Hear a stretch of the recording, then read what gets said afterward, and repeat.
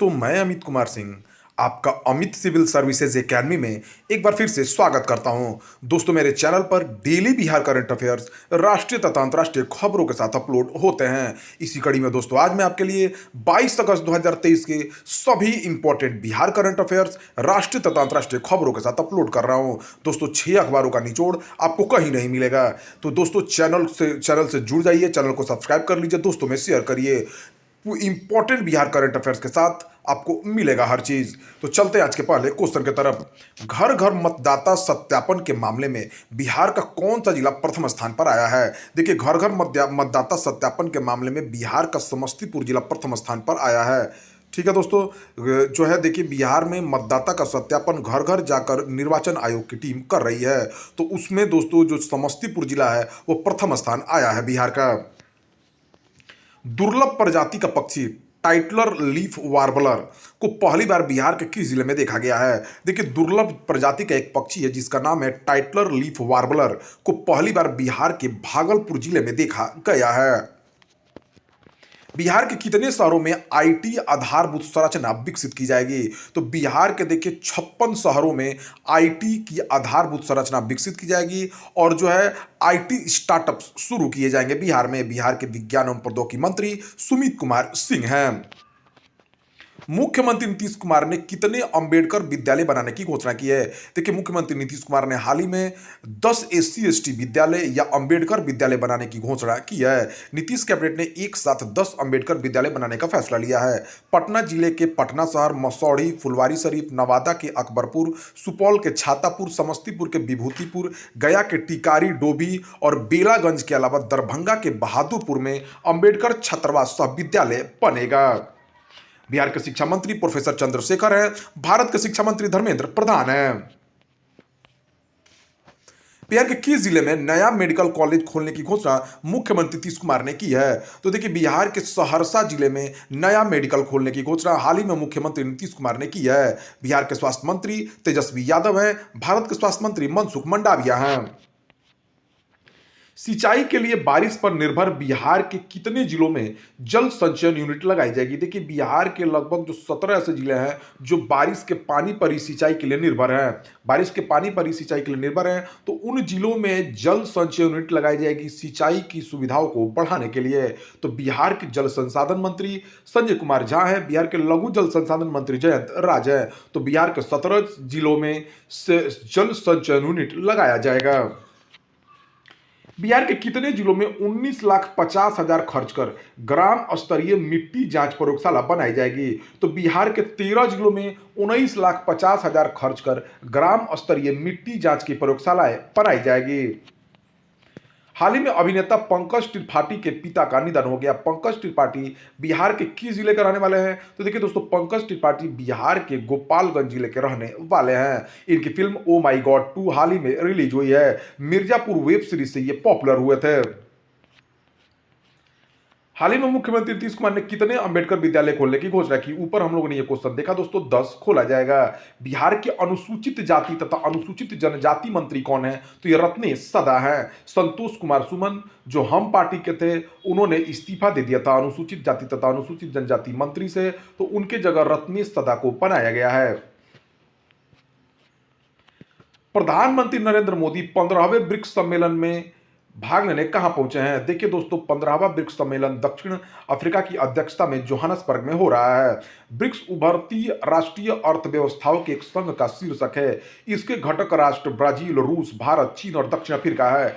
इसकी स्थापना 2009 में हुई और इसके 5 सदस्य देश हैं। मूलतः 2010 में दक्षिण अफ्रीका के शामिल किए जाने से इसे ब्रिक के नाम से जाना जाता था। भारत के किस खिलाड़ी ने भारत के लिए अंतर्राष्ट्रीय निशानेबाजी चैंपियनशिप में 5वां स्थान प्राप्त कर छठा ओलंपिक्स कोटा हासिल किया है? तो देखिए, भारत की सिफ्ट कौर सामरा ने अंतर्राष्ट्रीय निशानेबाजी चैंपियनशिप में 5वां स्थान प्राप्त कर भारत के लिए ओलंपिक्स में छठा कोटा हासिल कर लिया है। सिफ्ट कौर सामरा है ये। वर्ल्ड डायरेक्ट सेलिंग रैंकिंग में प्रत्यक्ष बिक्री कर दोस्तों में रैंकिंग में भारत जो है 11वें स्थान पर आया है। हाल ही में हिलेरी तूफान ने किस देश में तबाही मचाई है? तो हाल ही में हिलेरी तूफान दोस्तों अमेरिका की कैलिफोर्निया में आया है। साउथ इंडियन बैंक के प्रबंध निदेशक और मुख्य कार्यकारी अधिकारी के रूप में किसे नियुक्त किया गया है? तो PR Seshadri south Indian bank के प्रबंध निदेशक और मुख्य कार्यकारी अधिकारी के रूप में नियुक्त किए गए हैं। भारतीय रिजर्व बैंक ने केरल स्थित साउथ इंडियन बैंक के प्रबंध निदेशक और मुख्य कार्यकारी अधिकारी के रूप में पीआर शेषाद्री की नियुक्ति की है। यह नियुक्ति 1 अक्टूबर से 3 साल की अवधि के लिए होगी। भारत ने खगोल विज्ञान और खगोल भौतिकी के 16वें अंतर्राष्ट्रीय ओलंपियाड में कौन सी रैंक हासिल की है? देखिए दोस्तों, भारत ने खगोल विज्ञान और खगोल भौतिकी के 16वें अंतर्राष्ट्रीय ओलंपियाड में दूसरी रैंक हासिल की है। भारत ने पोलैंड के चोर्जो में 10 से 20 अगस्त 2023 तक आयोजित खगोल विज्ञान और खगोल भौतिकी के 16वें अंतर्राष्ट्रीय ओलंपियाड में दूसरी रैंक हासिल की है। भारत ने 4 स्वर्ण और 1 रजत पदक जीता है। यूनाइटेड किंगडम ने 5 स्वर्ण के साथ पहला स्थान हासिल किया है। इस ओलंपियाड में 50 देशों के कुल 236 छात्रों ने भाग लिया। सभी श्रेणियों में सामूहिक रूप से 27 स्वर्ण, 41 रजत और 50 कांस्य पदक हासिल किए गए। किस भारतीय मूल के नेता ने सिंगापुर के राष्ट्रपति चुनाव के लिए क्वालिफाई किया है? तो देखिए, भारतीय मूल के थर्मन सन मुगरत्नम जो है दोस्तों समेत 3 लोगों ने सिंगापुर के राष्ट्रपति चुनाव के लिए अर्हता प्राप्त की है। तो अन्य लोगों में चीनी मूल के पूर्व अधिकारी शामिल हैं। राष्ट्रपति चुनाव समिति को अंतिम तिथि तक पात्रता प्रमाण पत्र के लिए कुल 6 आवेदन प्राप्त हुए थे। राष्ट्रपति हलीमा याकूब का 6 साल का कार्यकाल 13 सितंबर को समाप्त होगा। कमल के फूल के नई किस्म नमो 108 को किस रिसर्च इंस्टीट्यूट में विकसित किया गया है? देखिए, कमल के फूल की नई किस्म नमो 108 को national botanical research institute Lucknow में विकसित किया गया है। केंद्रीय विज्ञान और प्रौद्योगिकी मंत्री जितेंद्र सिंह कमल ने के फूल की 108 पंखुड़ियों वाली नई किस्म नमो 108 का अनावरण किया है। कमल की इस किस्म को लखनऊ स्थित नेशनल बोटोनिकल रिसर्च इंस्टीट्यूट ने विकसित किया है। कमल की NBRI नमो 108 किस्म के फूल मार्च से दिसंबर तक खिलते हैं और ये इस किस्म का पहला फूल है। मुख्यमंत्री सीखो कमाओ योजना का शुभारंभ किस राज्य में किया गया है? तो मध्य प्रदेश के मुख्यमंत्री शिवराज सिंह चौहान ने राज्य में मुख्यमंत्री सीखो कमाओ योजना की शुरुआत की है। इस योजना के तहत कौशल विकास के साथ साथ सीखो और कमाओ की तर्ज पर नौकरी पर प्रशिक्षण की सुविधा प्रदान की जा रही है। मुख्यमंत्री शिवराज सिंह चौहान युवाओं को अनुबंध पत्र बांटकर योजना का शुभारंभ किया है। मध्य प्रदेश के राज्यपाल मंगू भाई पटेल हैं। शतरंज विश्व कप के फाइनल में पहुंचने वाले दूसरे भारतीय कौन बने हैं? तो ये आर प्रगनंद बने हैं दोस्तों। 18 वर्षीय भारतीय शतरंज खिलाड़ी आर प्रगनंद विश्वनाथ आनंद के बाद शतरंज विश्व कप के फाइनल में पहुंचने वाले दूसरे भारतीय बन गए हैं। आर प्रगनानंद ने सेमीफाइनल में दुनिया के तीसरे नंबर के खिलाड़ी ग्रैंड मास्टर फेबियानो कारुआना को हराया है। फाइनल में उनका मुकाबला नॉर्वे के मैग्नस कार्लसन से होगा। आर प्रगनानंद शतरंज विश्व कप के फाइनल में पहुंचने वाले सबसे कम उम्र के खिलाड़ी भी बन गए हैं। भारतीय नवीकरणीय ऊर्जा विकास एजेंसी ने किस मंत्रालय के साथ साथ एक समझौता ज्ञापन पर हस्ताक्षर किया है? देखिए, भारतीय नवीकरणीय ऊर्जा विकास एजेंसी इरडा ने भारत सरकार के नवीन और नवीकरणीय ऊर्जा मंत्रालय के साथ एक समझौता ज्ञापन पर हस्ताक्षर किया है। इसके तहत 2023-24 के लिए 4,350 करोड़ का राजस्व का लक्ष्य निर्धारित किया गया है। इरडा नवीन और नवीकरणीय ऊर्जा मंत्रालय के अधीन एक मिनी रत्न कंपनी है।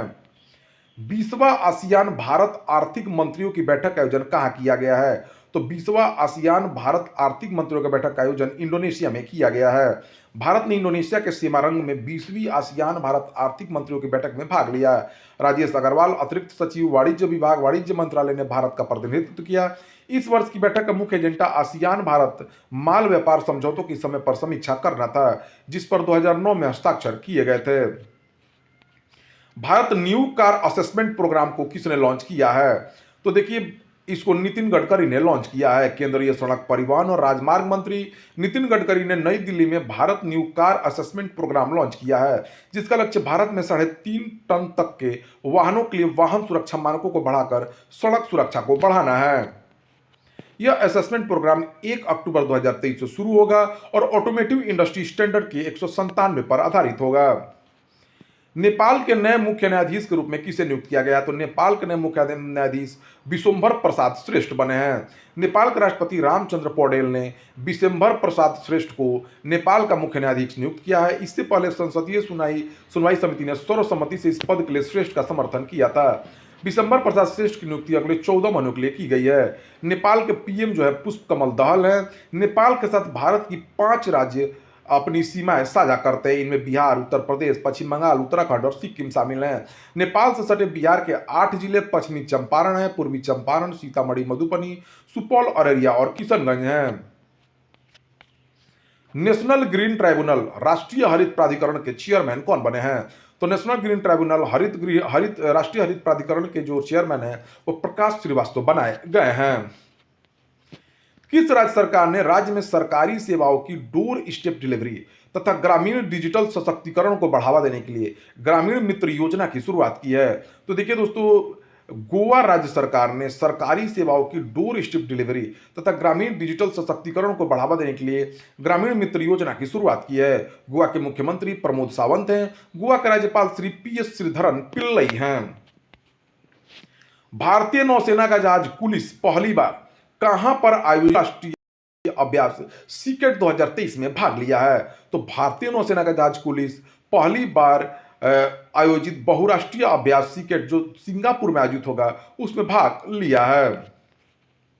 तो दोस्तों यह रहा 22 अगस्त 2023 के सभी इंपॉर्टेंट बिहार करंट अफेयर्स राष्ट्रीय तथा अंतर्राष्ट्रीय घटनाओं के साथ। तो दोस्तों चैनल को सब्सक्राइब करना ना भूलें, दोस्तों में शेयर जरूर करें जिससे जरूरतमंद लोगों के पास ये पहुंच जाए। Thank you for watching my video.